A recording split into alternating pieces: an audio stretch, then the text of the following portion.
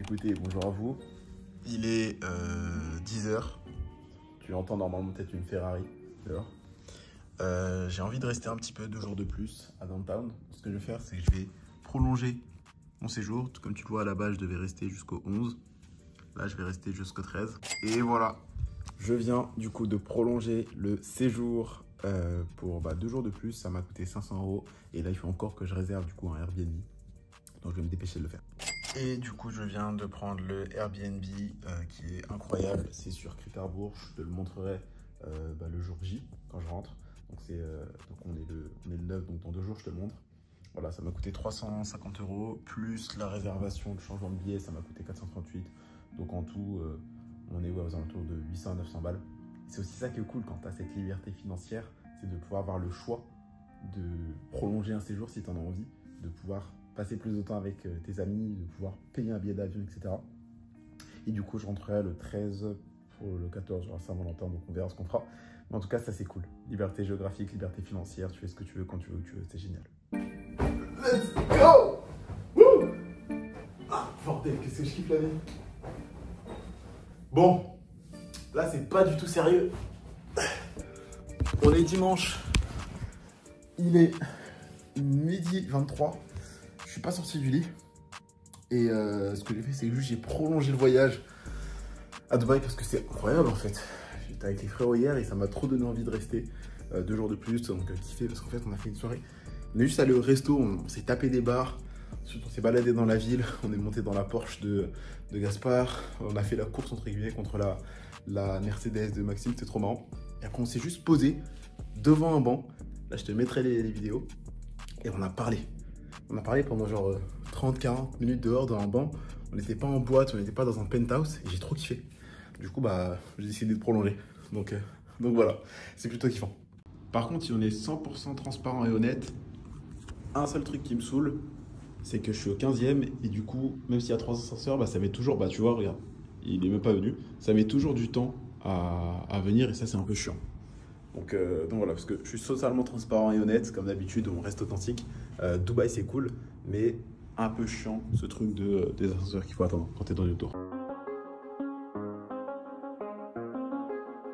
Petit message.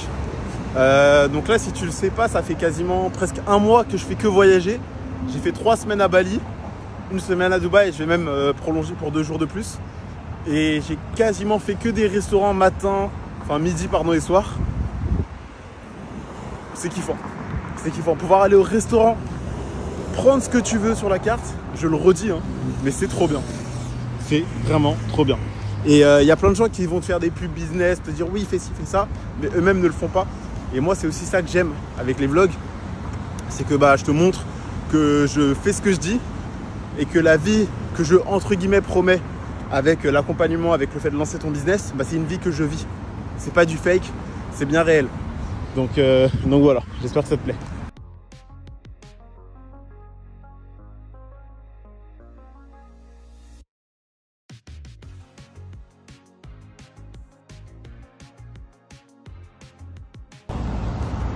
Tu vois des belles voitures comme ça. C'est génial. C'est génial. J'aime beaucoup.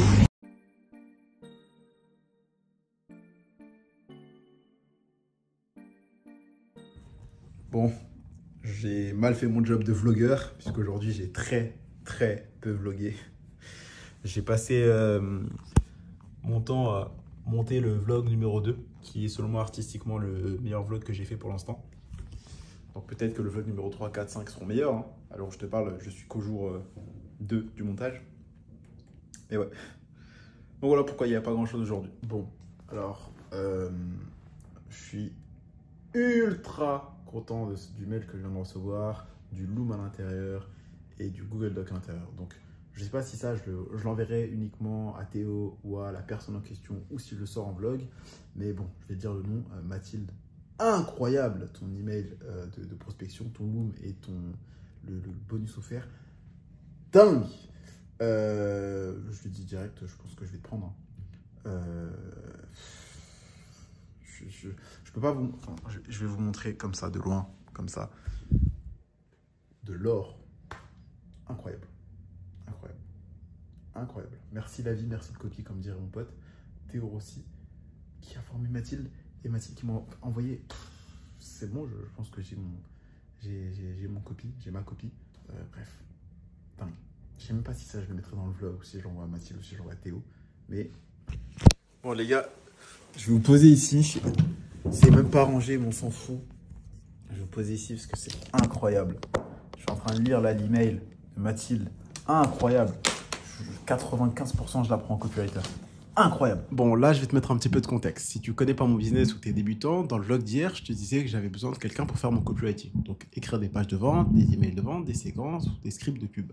Donc, j'ai demandé à mon ami Théo, qui est copywriter et qui forme des copywriters, de lancer des tests. Et quand je suis rentré du resto, boum, entre le moment où je te faisais la vidéo, j'ai reçu un email de prospection. Un titre incroyable, un email incroyable, un copywriting incroyable. Et là, je suis en train de le lire parce que vraiment, je me disais, si je suis en train d'assister à une dinguerie, j'ai jamais vu quelqu'un écrire aussi bien et ça faisait très longtemps que je n'avais pas vu quelqu'un écrire aussi bien, prospecter aussi bien et faire quelque chose d'aussi qualitatif. Oh! Mais c'est une singerie! Oh! Bon.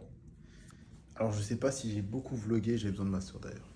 Je sais pas si j'ai beaucoup vlogué aujourd'hui et dans tous les cas, cette journée sera rentable. Je sors de la lecture d'un mail, puis d'un Loom, puis d'un dossier sur Google Doc de Mathilde. Je sais pas si je partagerai l'Insta. En vrai, je sais pas. Copywriter. Incroyable. Très simple. Théo, donc que tu as déjà vu normalement dans le vlog, chiffre très bien.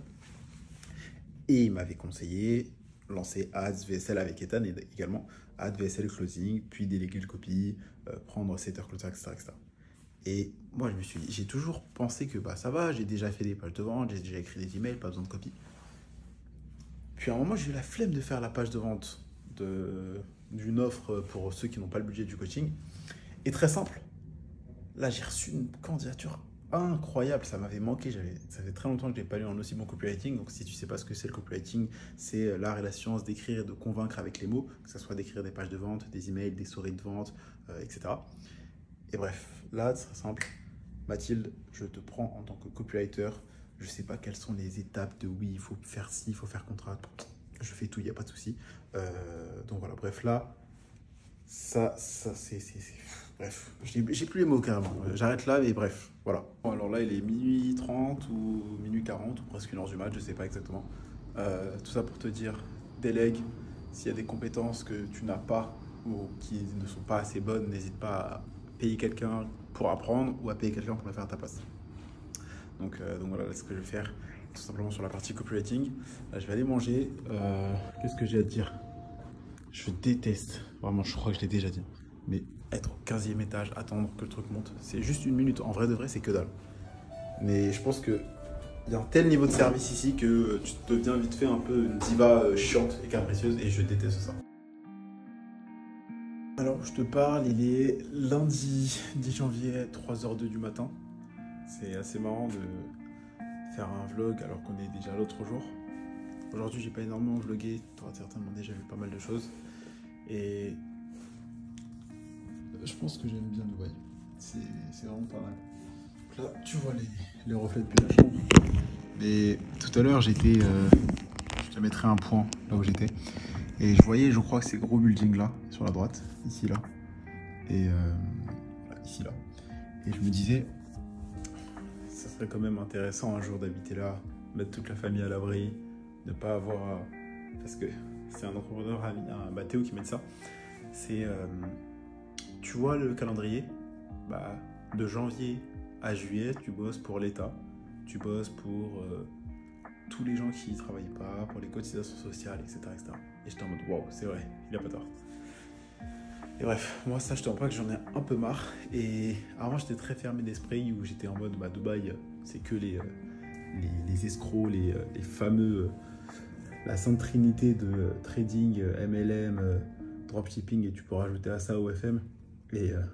Et d'autres arnaques en tout genre. Mais en fait, il y a aussi le bon côté. En fait, c'est un peu comme tout. Il y a des bons, des mauvais mécaniciens, il y a des bons, des mauvais dentistes. Bah, il y a le bon et le mauvais Dubaï. Et là, ce qui est bien, c'est que vu que je suis qu'avec les frérots et les vrais amis entrepreneurs qui sont legit, je suis pas du côté scam, donc c'est cool. Et pourquoi pas s'installer en 2026, en vrai de vrai. Là, 2025, on fait un max de cash, on fait 50, puis pourquoi pas 100K par mois. On aide un maximum de personnes, 1000, 2000, 3000 cette année, à faire passer de 0 à 3000 euros par mois. On vient s'installer ici, on met toute la famille à l'abri. Ouais, ça va être l'objectif. Et en fait, quand tu viens ici, tu peux pas après retourner et te dire ah bah ça va. En fait là, c'est comme si, bah regarde, là il y a Mathilde qui m'a prospecté pour devenir mon copie. Et elle va clairement le devenir, elle est ultra forte. Tu vois, si je vois que je passe avec quelqu'un d'autre, après je serai un peu déçu. Parce que, en fait, quand j'ai lu ce qu'elle m'a envoyé, j'étais en mode wow, c'est incroyable. Et je me disais pas, j'ai envie de bosser avec quelqu'un d'autre. Parce que quelqu'un d'autre sera moins bien que ce qu'elle m'a fait. Et donc là, bah, pareil. Pour l'instant, à part Cannes et Bali pendant peut-être un mois ou deux, bah, Dubaï, je me sens très bien. Le fait que ça soit super safe. Le fait que tu peux laisser ton ordi, ton Mac, ton téléphone, partir, revenir, tout est là. T'as pas à t'inquiéter, t'as pas à surveiller les poches. T'as pas une alerte de attention pickpocket. Tu souffles. Y a pas de racaille entre guillemets dans les rues. Et là, je te dis pas ça en mode je suis Louis du 16e qui vote Éric Zemmour. Mais à un moment, c'est chiant quoi. J'en ai marre de lutter contre les miens, rebeux renois. Flemme. Et puis, genre, je pense que t'as une sœur, une fille, une mère, une cousine. T'as envie de plus de sécurité pour elle. Et ici, c'est... Alors, j'ai fait Singapour que quelques heures, donc je peux pas te dire. Mais ici, je crois réellement que c'est l'endroit le plus sûr que j'ai fait au monde entier. J'ai fait pas mal de pays, je les ai pas tous faits. Il me reste encore le côté Amérique latine à voir. Mais bon, je pense qu'en termes de sécurité... Hein, mais vraiment, je crois que c'est le pays le plus safe que j'ai jamais fait. Peut-être même plus sûr que la Suisse. Bref, faut que je vienne ici. Je suis bien ici, je sens l'indépendance, il y a le mood ici à Downtown qui te donne envie de bosser. Après, ça fait que 4-5 jours que je suis là. Faudrait que je vois est-ce que sur du long terme, est-ce que c'est bien d'être dans une tour, un peu seul, etc. etc. Faut voir si habituellement, parce que du coup, t'as plus la famille avec toi, t'es vraiment seul, indépendant. Mais ouais, je pense qu'il faut que je fasse un truc pour venir ici parce que même le mood est bien. T'es libre, t'es serein quand tu te réveilles, t'es tranquille, ça te pousse à entreprendre. En fait, c'est ça qui est bien, c'est qu'en France, bah, on te pousse pas réellement à entreprendre, alors qu'ici, on te pousse à entreprendre. T'as moins d'impôts, on te favorise, on t'encourage si t'es entrepreneur. Ah, tu vois des beaux trucs, tu peux sortir avec une belle voiture, elle se fera pas rayer. Donc content. J'avais fait un email justement où j'expliquais que je partais à Dubaï et que je partais avec des gros a priori parce que pour moi c'est vraiment deal de trader du dimanche, etc. Et que j'y allais pour l'aspect voir mes amis et aussi avec un côté pragmatique de je voulais pas être le mec qui a un avis sur quelque chose sans l'avoir essayé. Et bah j'ai essayé, j'ai un peu adopté. Donc voilà. Après ce qui est bien c'est que je sais que je ne changerai pas, tu vois, je resterai toujours transparent, authentique, honnête, partager un maximum de valeurs possible. Mais je pense qu'à un moment, il faut se la jouer un petit peu égoïste et travailler, je sais pas, 2, 4, 6, 8, 10 heures par jour pour donner 50% de tes revenus à 2-3 pecnos qui sont au RSA ou à la CAF. Je pense que j'ai donné. Je continuerai à donner encore pendant quelques mois ou peut-être un an ou deux. Mais après, ça sera fini. Parce que quand je réalise que j'ai payé 56 000 € à l'État, je sais pas qu'est-ce qu'ils ont fait de cet argent. Je connais pas mal d'amis entrepreneurs qui mettent plus que moi, et qui font plus que moi, donc tu te doutes bien que si moi j'ai payé 56 000, bah, ils ont payé beaucoup plus. Des 200 000, 300 000, voire des millions pour certains. On voit pas de gros changements. Donc voilà, j'aime mon pays, mais par contre j'aime pas ceux qui l'administrent. Certaines personnes qui vivent, c'est comme, je sais plus qui m'avait dit ça, c'est... J'aime trop la planète, j'aime les animaux, mais j'aime pas les humains. Il y a certains humains en France qui sont pas ouf. Et bref, je sais même pas si ça finira dans un vlog. Ça sera certainement à la fin, puisque sinon ça va tuer le watch time qu'il y aura sur YouTube. Et voilà. Je sais pas si je vais continuer les daily vlogs à Dubaï. Là, j'ai vraiment envie de me poser et de bosser. Là, il est 3 heures, je dois me réveiller dans 4 heures. C'est ça qui est cool aussi. Là, je grind vraiment, tu vois. Je suis à Dubaï, je grind, je bosse. je retrouve un peu cette dalle des débuts de mec, t'es tout petit en fait. Genre, tu vois littéralement le Burj Khalifa qui est là-haut. Je sais pas si tu le verras avec les reflets. Et tu l'avais déjà vu normalement dans un autre vlog. Et tu bosses en fait. Donc bref, là je fais un monologue. Je suis sûr que personne verra ça. Si j'avais été encore là, tu m'estimes 1% dans les commentaires. Mais ouais, voilà, je te laisse sur ça. Fin du vlog, jour 5, je crois. Je te donne rendez-vous demain. Tu as des liens dans la description si tu veux lancer ton business et avoir cette liberté que moi j'ai de pouvoir voyager. Donc je te dis pas que tu l'auras demain. Par contre, en 3, 6 mois, 1 an, tu peux l'avoir. Mais encore une fois, il faut bosser. C'est pas magique. Je compte sur toi. C'était Candy. Et je te dis à demain pour un prochain vlog.